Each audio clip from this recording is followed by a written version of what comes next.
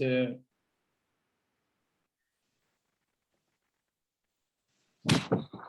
September 24, 2021. Professor Shaun Breslin, welcome to BRI Dialogues, and lovely to have you with us.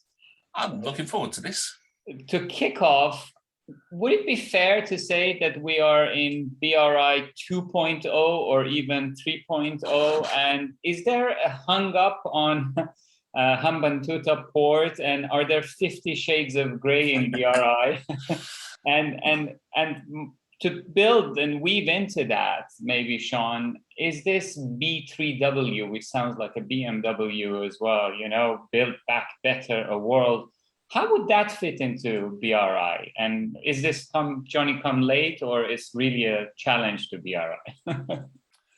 Yeah, we've definitely moved way beyond the original period of, I was going to call it irrational exuberance, but I guess it's actually very rational exuberance, because, you know, when the Chinese government comes along and announces in such fanfare a project like this, it's not surprising that so many people decided that they wanted to get on board and get involved and become Belt and Road participants. And we see that early, you know, big boom in rather uncoordinated and often really ill-planned out investment. And then a step back for two reasons, I think.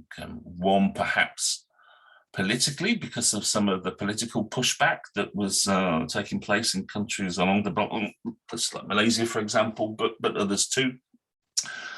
But secondly, also because of the economic gains, in fact, the lack of them that were emerging from a lot of these investments into hurry, too haphazard, and so there was a rethink, and we've moved now, I think, into Xi Jinping calls it a high quality Belt and Road. So an emphasis less on the amount of people engaged and the amount of money and the amount of projects, and more now on things that work and actually achieve things. And you're right, we might even be in 3.0 now in the consequences of the pandemic, because obviously that's created another issue. But to come back onto the Sri Lankan case, you know, it's very interesting that this has become the focus on the concept of debt trap diplomacy. Now, is the Belt and Road in part about trying to increase China's influence and individual countries' reliance on China relations with China? Of course it is. You know, is it? Does it have debt consequences for countries? Well, it has. You know, we can see some of the debt consequences for countries. Is this a result of deliberate intent? Well, I would say absolutely not. And if you look at the response in China to projects that have failed and lost money, then actually, you know, if this was a deliberate trap, then you would be trying to have more projects that failed and lost money so that you can end up controlling different assets. And in fact, the total opposite is taking place, where there's now more financial prudence to try and make sure these work. And for every port that might revert to some form of Chinese control, there's 100 other projects that have been renegotiated with often the Chinese side sort of losing out, and more of the gains being taken by the host partner. So yeah, we're in a very, very different world, and you know, we still got to be cautious, to be quite honest. I mean, when the China Investment Corporation was announced, you know, some people saw it as the end of the capitalist world. It didn't really happen, did it? You know, and actually spent most of its money internally, well, a lot of its money internally, if not most of it. Asian Infrastructure Investment Bank, that was the end of the capitalist world as well. And okay, there are some questions at the moment about accountancy, transparency, and some of the principles, but it's not really been the end of the capitalist world. And I still think we should really wait a few years to see how the Belt and Road pans out, because we moved from phase 1, we're into phase 2 or 3, and no doubt there'll be a phase 4 or 5 as it sort of finds its footing in a world that, as you say, is not just open to China to create as it wishes, because the Build Back Better, the increase of Japanese investment, Indian sort of initiatives in the Indo-Pacific as well. I think we're in a period now of more competition than perhaps was there for the CCP leadership when the Belt and Road was first announced. Thank you, Shaun, very much. That's really, really enlightening. Now, you mentioned competition. So do you think that competition is good for China's strategy in relation, particularly two actors, India and Japan, that obviously there is a degree of rivalry at the strategic level as well? And also, you know, there is, in China itself, one get the sense that there is both support for the BRI because of the revenues it might generate domestically, but also pushback because for some Chinese, it's seen as depriving them of the vital resources that should be invested domestically. On these two issues, how do you see them panning out? Yeah, I mean, there is a domestic constituency that says, why are we doing this overseas when we still need to do it at home?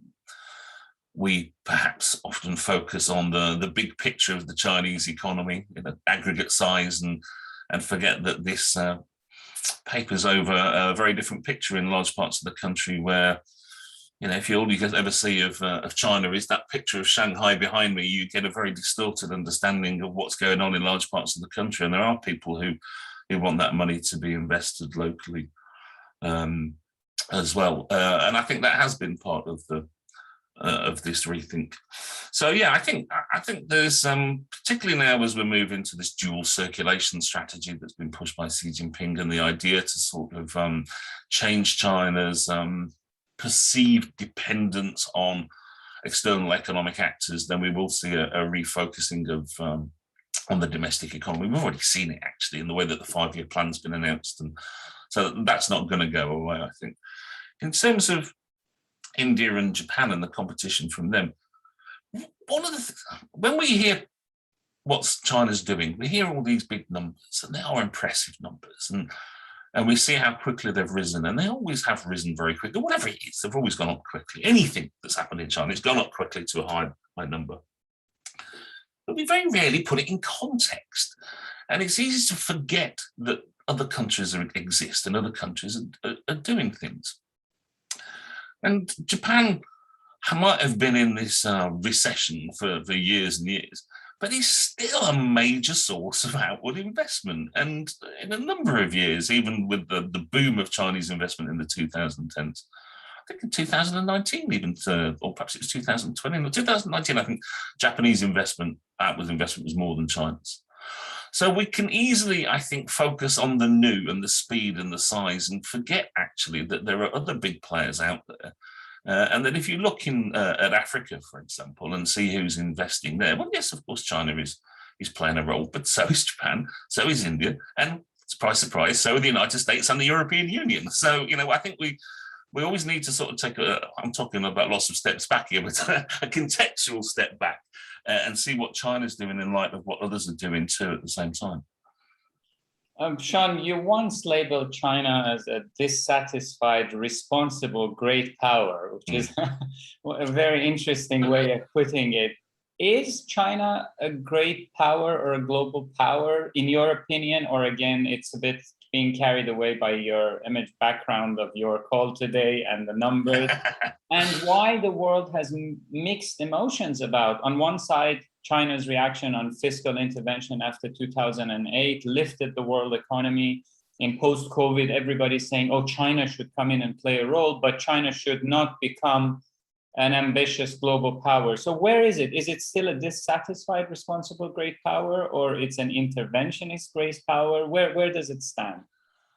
I mean, the first thing to say is that if you want to get an article cited, give it a title like that, because it has actually been quite widely cited, but I don't think anybody actually read what was in it. I think they just sort of cited the title. Yes, I do think it's a great power, but it's a different type of great power. I mean, it's a slippery concept, right? Great power, but I do think it is. Just, I mean, you know, size isn't everything, but actually size is important. So the sheer sort of, Ramo once called it the gravitational pull or something that big. I mean, it is, you know, a significant power, but it's a great power that has great problems still at home. I mean, if you read the government work report from the National People's Congress every year that the Premier will give, you know, Li Keqiang, when he does it in March, he'll come out with a string of the challenges that are still facing China that need to be dealt with. In per capita terms, China is still actually relatively poor. So aggregate this creates interesting dynamics of this new great power. I think we can argue about the degree of greatness, perhaps not quite as great as the greatest of great powers still is. And we can argue about the sources of that of that power. But I think, it makes sense to recognize that even though China's journey isn't finished, it has to be treated like that because, quite frankly, what global problems can be solved effectively without China's participation, which is a big question to leave hanging, but I think it's quite a good one. In terms of dissatisfaction, yes, I think it is still dissatisfied with the distribution of power in the global order, in many global institutions, and it's dissatisfied with some of the norms and principles that have underpinned different branches of global governance in the post-war era, and particularly the post-Cold War era.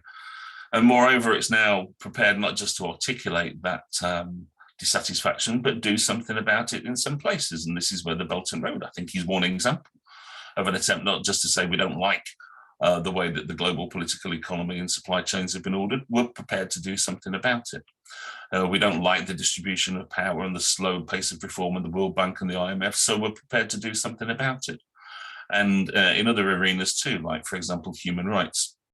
We don't like the Western liberal interpretation of what is universal human rights, and we're prepared to do something about it by putting forward our own definitions in the United Nations. So I think it's moved from old period of dissatisfaction to dissatisfaction and now willing and able to do something about it. And this is why I think the Belt and Road is so important, because it acts as this great signal of we're prepared to do this now, because every single penny that's been spent on the Belt and Road could have been done without anybody mentioning the words Belt and Road in the same sentence.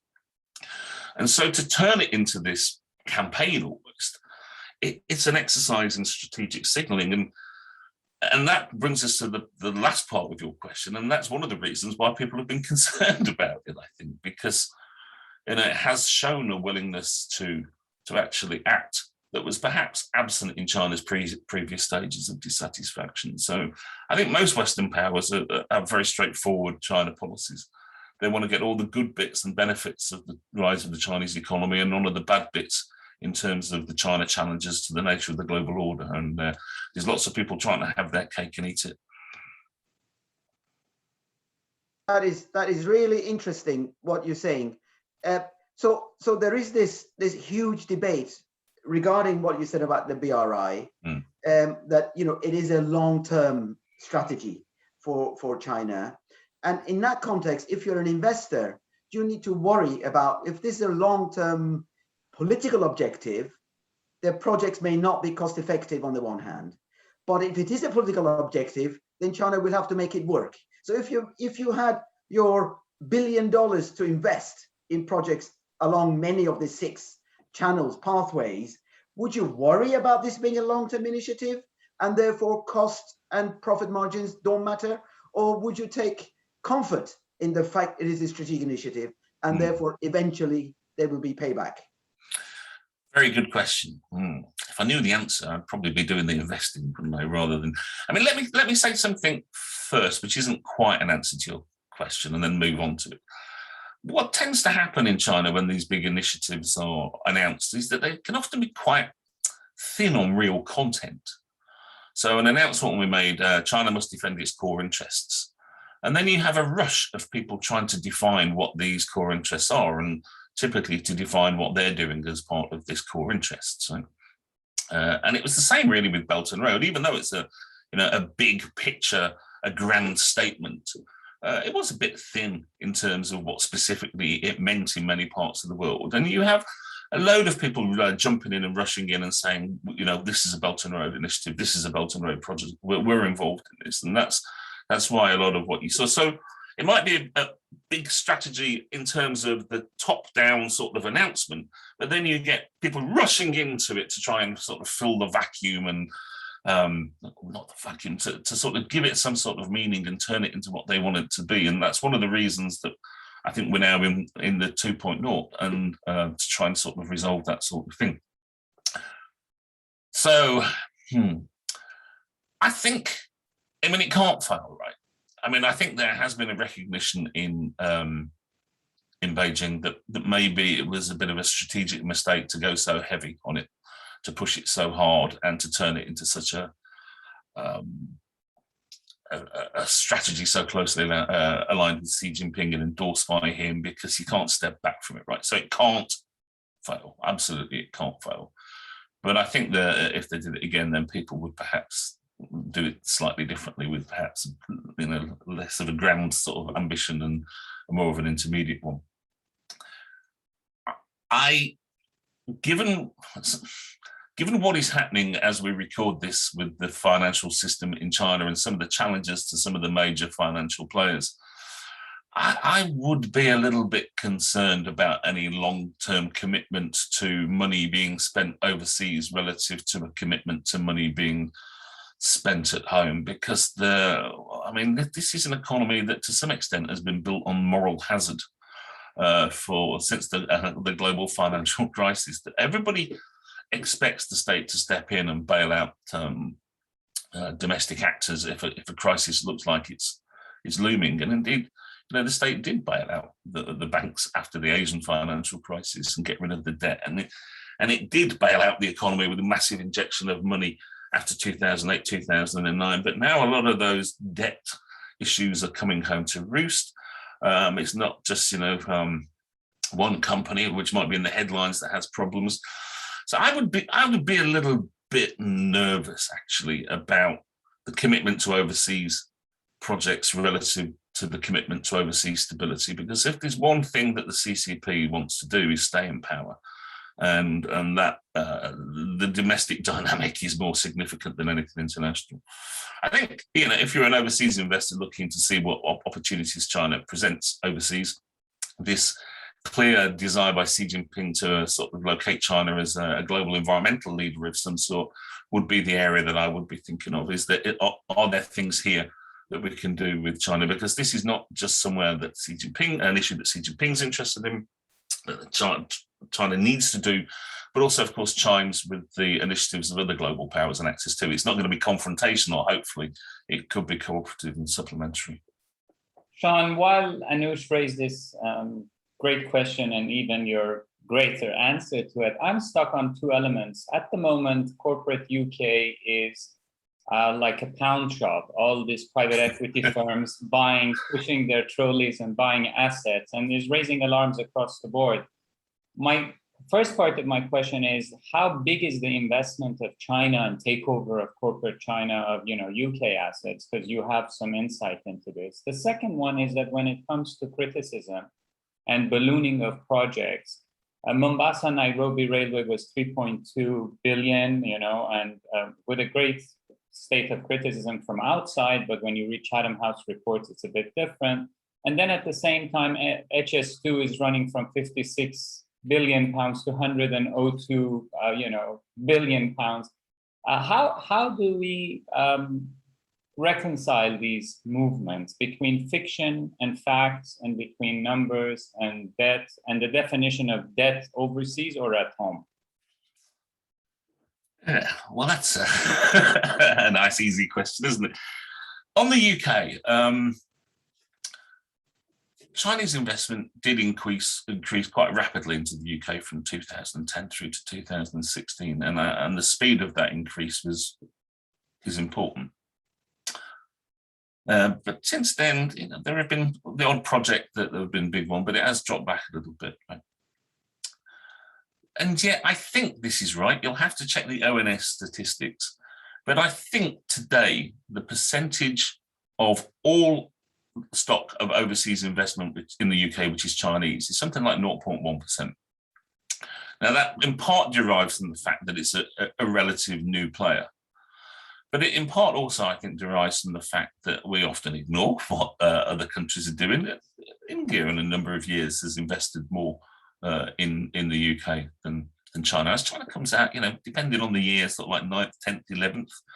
I mean, the United States and the rest of Europe is still miles higher than Chinese investment on an annual basis, let alone in terms of the overall stock position. I mean, investment from Ireland, okay, might not all originate from Ireland, is much more significant most years than investment from from China. So what is it then about China that has grabbed the attention of policymakers and perhaps more increasingly the population as well? Well, perhaps it's the sectors, right? So Huawei and the idea that there's perhaps a security threat from there, that is one part of this discourse. And then there's the nuclear power station, Hinkley Point, although this was about Chinese money, not about Chinese technology. And I think, that's often overlooked too. The speed of growth, I mean, that's one element of it too, I guess. Shaun, I cannot help myself. The other day, they categorized Green King pubs as a strategic asset with China's money that's coming. Well, there's lots of Green King pubs around Warwickshire, so it could be interesting. But it's actually trade where China is the bigger economic partner for the UK than investment. I'm not saying investment's not important, but it's trade. So in the first quarter of this year, China became the single biggest source of imports into the UK, partly because of what's been imported because of the coronavirus. But the investment side of this it's important, but not as important as those headline figures would suggest to you. And I just think that a lot of it isn't to do with the actual investment itself. It's to do with the wider perception of what China wants, if we can put it that way. That here is a China that is trying to get richer and stronger, and a richer and stronger China is not a good thing for the Western world, as it were.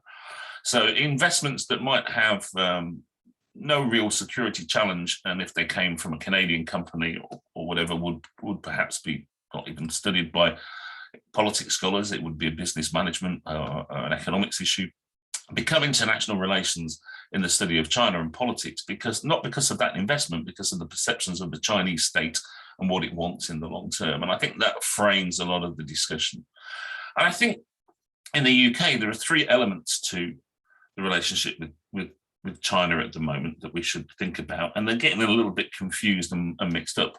One is things that we don't like. I'll say we here just as a shorthand for the policy community, like things that we don't. Hong Kong, Xinjiang, things that people don't like. Second is direct interactions with Chinese economic actors, investment and trade, and there are certain issues there and questions there. But the third is what we might call world order type consequences of the growth of China. And I think often these things are getting lumped together. So it's not what this particular investment is that becomes the problem, but this broader perception of what China is doing, and a dislike for what China is doing, and an understanding of state goals to transform the world at some point in the future. And I think the UK policy at the moment does, if you come back to your HS2 sort of example, which I should point out is you obviously can't see this, but it's going to be about 5 miles over that way between here and my office, so disturbing my daily commute while it's being built. There is the China policy has been called by the House of Lords' recent report deliberately, strategically ambiguous, or actually without a strategy. And that's because I think that there is an acceptance that Chinese money is actually really quite useful. And it comes back to having cakes and eat it, right? There's an attempt to have the Chinese money, but not the Chinese influence that would sort of generate from that money. Does that make sense? I hope that makes some sort of sense. It makes perfect sense. But as Ali posed the question and you were articulating your responses, of course, it flies in the face of global Britain. We go all the way to Australia for pittance, and yet here is world's second largest economy that can take its money effectively wherever it wants. And France and Germany and other European countries, Hungary, Greece, Italy, you name them, are very keen to have this closer economic relationship with China.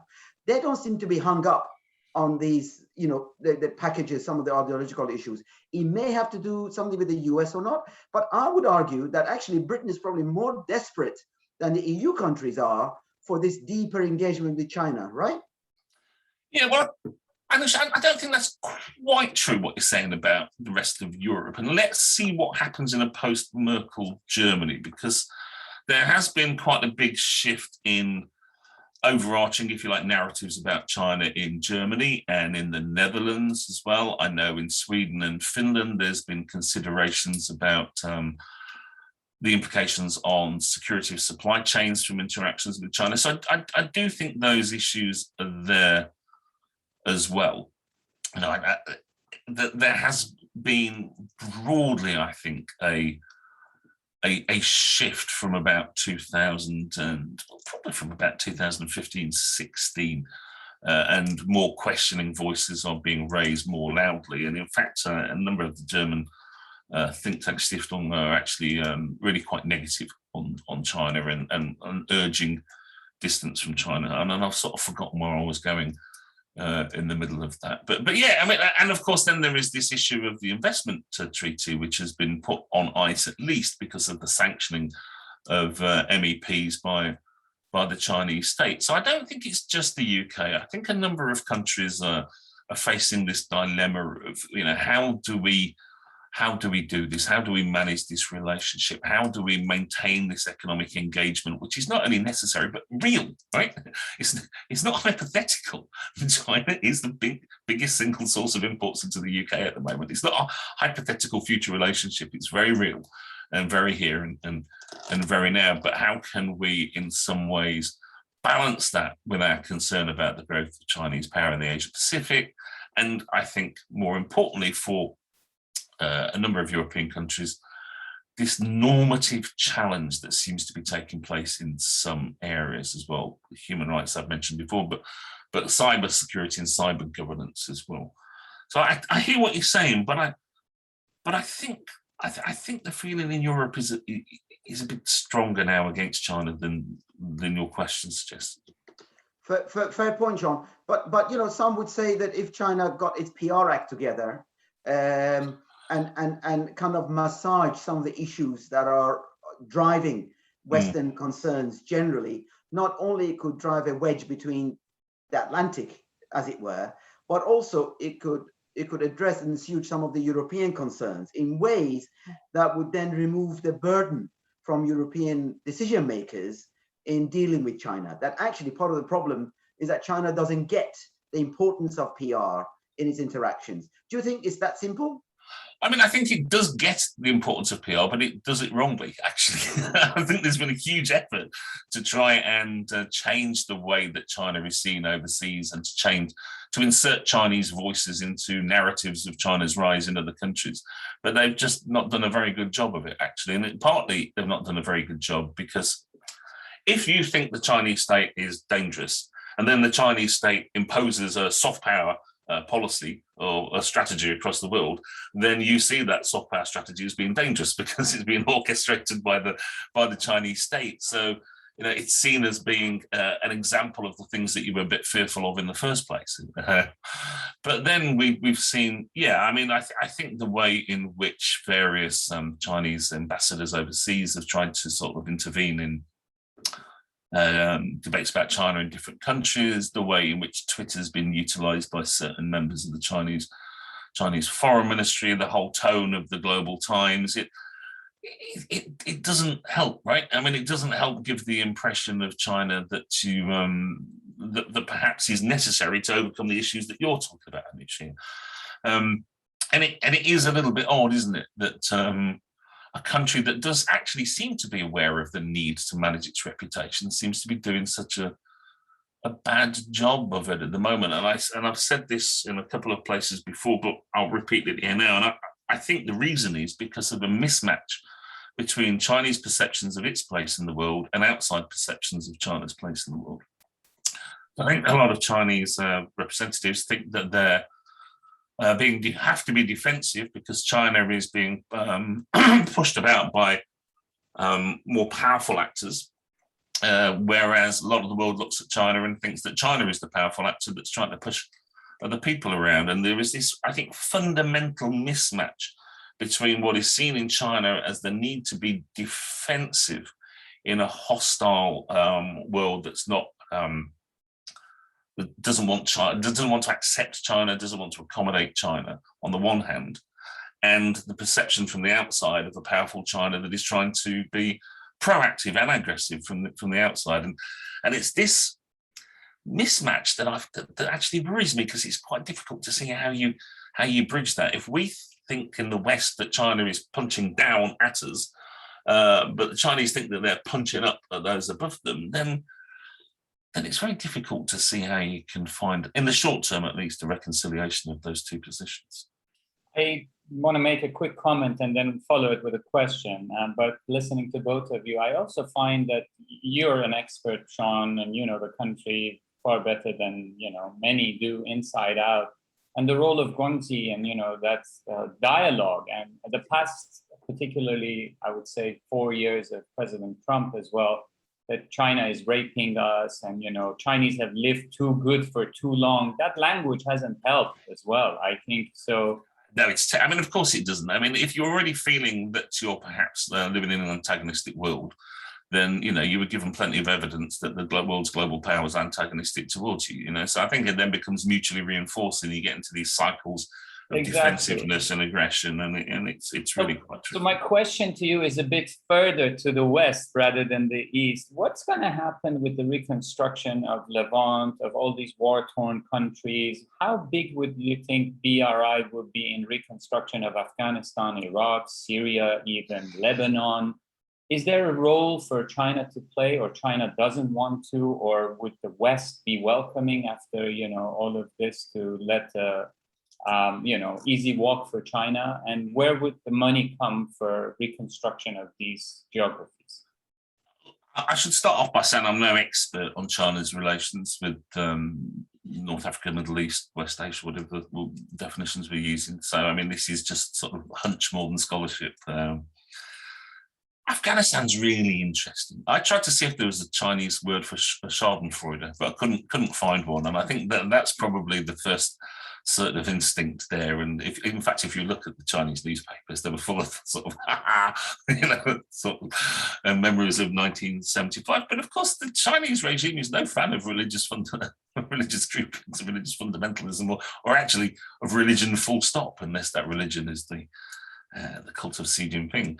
And so there's a real balance there for the Chinese to, I think, to try and maintain between, yes, the joy at the defeat of the West, also an opportunity to increase Chinese influence, and that's surely got to be there, without creating the sort of state in Afghanistan that China is very concerned about, and very concerned about spillover from that state into Xinjiang and into its own West. So it's notable that the Chinese didn't oppose what America did in Afghanistan in the first place, because China was concerned about what it claimed was the training of Uyghur terrorists in Xinjiang, in Afghanistan at the time. So I think there has to be a greater Chinese role in Afghanistan for the reasons of creating stability, and then trying to create a regime which is at least not oppositional to China, right? So that it can stabilize that border there if it can. And of course, China and Pakistan are very strong partners, and that's going to be an important dimension of that relationship too. And of course, it's, Afghanistan isn't wholly absent of resources that might be quite useful for China's long-term development as well.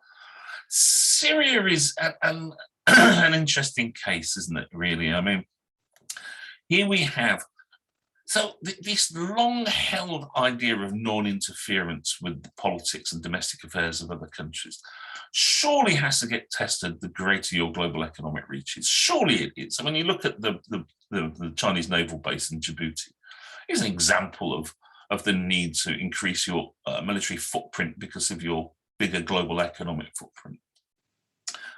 But I think the instability in Syria and it does create this sort of nervousness, I think, in Chinese policy elites, and that there are opportunities there potentially, but do you want to end up on the wrong side? Do you want to end up getting embroiled in a situation that means that you have to make a choice and then challenges your own self-identity as a sovereignty supporter and sovereignty backer?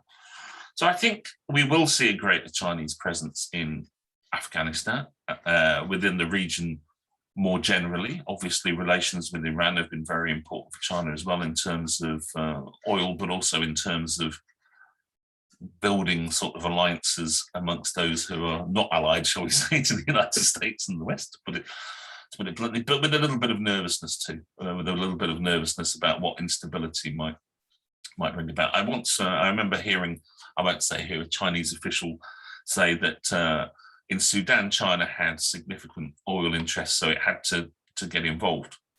When it came to Iraq, China had people that it needed to get out, but once it had done that, then it began looking for contracts and got in a bit of trouble because it was backing wrong sides in places.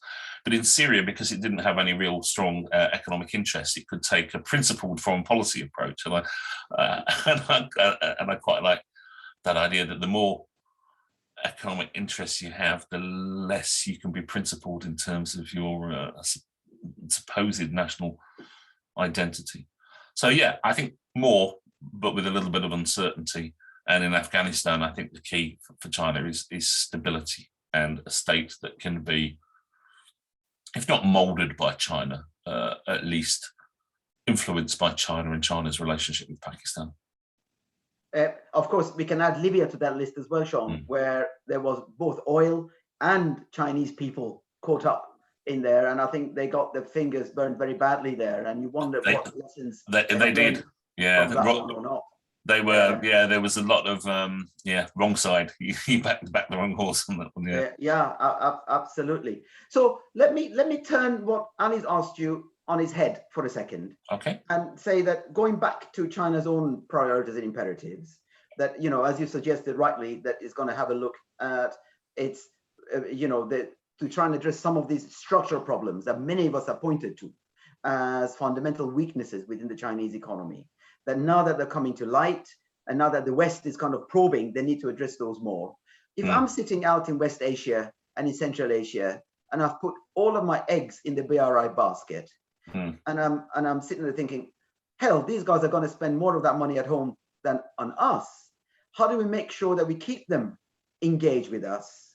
Is one question. The other is, of course, when the US was leaving and the headlines in Chinese papers were being translated and broadcast across the Western media, one American pundit turned around and said, well, Chinese will have to be careful what they wish for.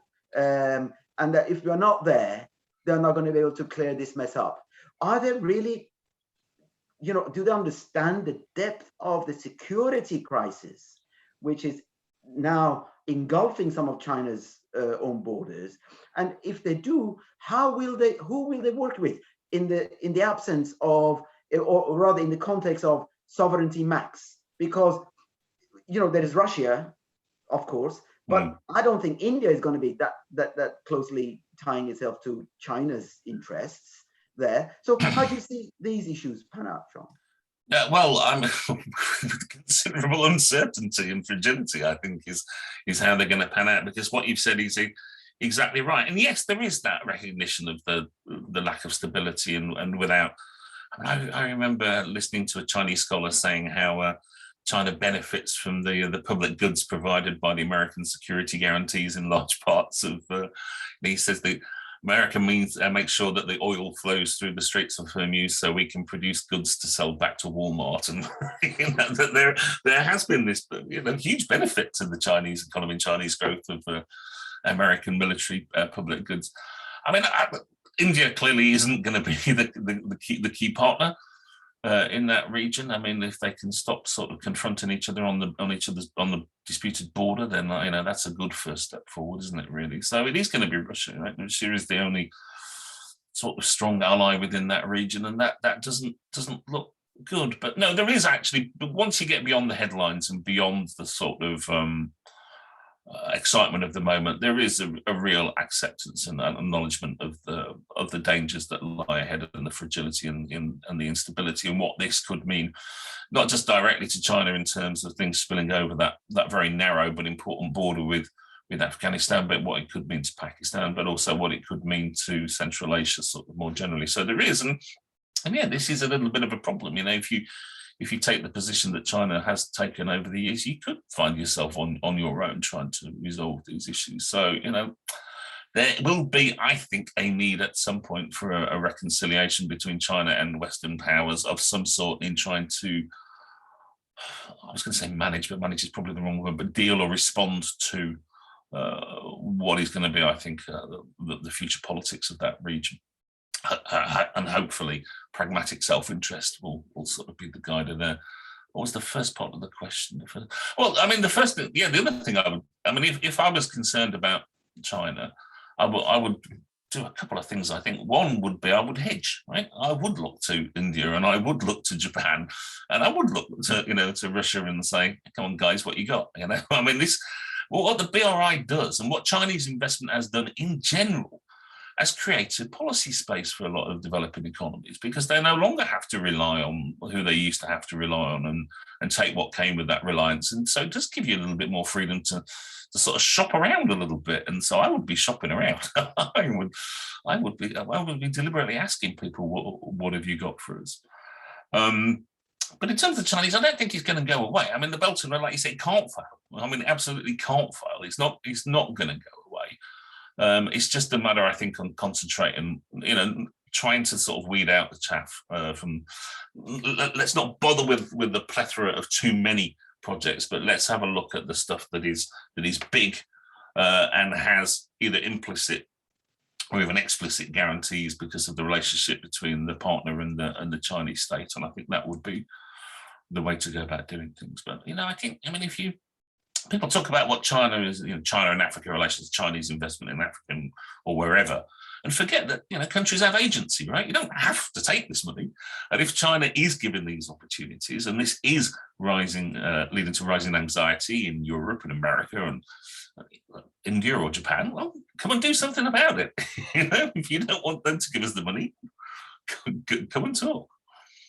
Now, we couldn't be happier to have you with us, and we must bring you back. But I want to bring our discussion today with maybe one or two questions, almost to a conclusion, if Anusha agrees. And that is, what are your two key messages, Shaun, in this world of perceptions and assumptions to the Sinophobes and to the Sinophiles? If you were to leave each of them with one piece of advice this morning, what would that be? I mean, the first thing I would say is that it's very easy to assume that there is a single voice, a single actor, a single interest, and a single intent. And if people do think that, then the way that the Chinese leadership has presented itself over the last few years has got a lot to do with that. But I think once you sort of start digging down, and actually not very far, you find that this sort of singularity of an organisation and cohesion isn't as clear as you might assume it to be on either side, right? Whether you're and we have to be very careful in taking action as evident of intent, right? So I think we should always question whether the evidence that we think is there for intent really is evidence of that intent or not. I'm social scientist, so the plural of anecdote is data. So here's something that gets us halfway towards data. I was talking to this investor, Chinese guy, and he'd got a little sort of operation in Brighton and one, I can't remember where now, somewhere in Italy. And so are we saying that this is the actions of, what is the strategic interest of China for having this operation in Brighton and one in Italy? Well, his son was at university in Brighton, and the place in Italy or Switzerland was his favorite ski resort.